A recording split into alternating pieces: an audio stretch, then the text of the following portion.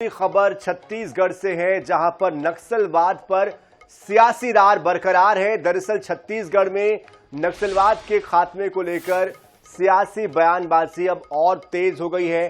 CM Vishnudeo Sai ने कहा है कि नक्सलियों के खात्मे में विपक्ष रोड़ा है।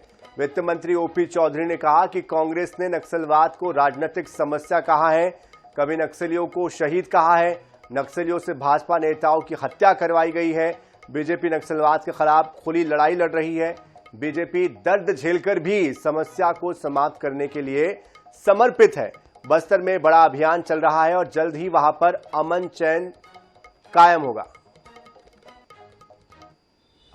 आप देखते रहे कि पिछले 5 सालों में भूपेश बघेल जी किस किस तरह के बयान देते थे। कभी नक्सलवाद को भटके हुए लोगों कहना इन लोगों को, कभी राजनीतिक आर्थिक समस्या कह देना, कभी नक्सलवादियों को कांग्रेस के द्वारा शहीद कह देना, और नक्सलवादियों के माध्यम से भाजपा के कार्यकर्ताओं को लगातार हत्या करवाना। इस तरह की चीजें होती रही हैं। और अभी आप देख रहे हैं कि भारतीय जनता पार्टी की सरकार आते ही माओवाद के खिलाफ खुली लड़ाई, चाहे उसकी कितने भी लोगों की कीमत चुकानी पड़ती है, फिर भी भारतीय जनता पार्टी वो पेन लेकर के भी माओवाद की समस्या को, हिंसा को समाप्त करने के लिए समर्पित है। और कांग्रेस का जो दोगला रवैया रहा है उसे भी प्रदेश की जनता ने देखा है।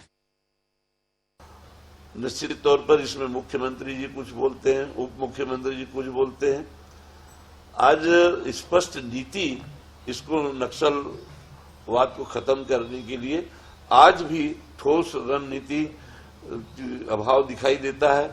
कभी ये लोग कुछ बोलते हैं, कभी कुछ बोलते हैं, कभी बात करेंगे, कभी समझौता करेंगे।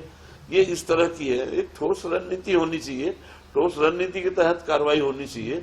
और लगातार यदि हमारे पिछले सरकार के कार्यकाल में लगातार फोर्स हमारी आगे बढ़ रही थी, लगातार उनका मनोबल पूरी तरह से गिर चुका था।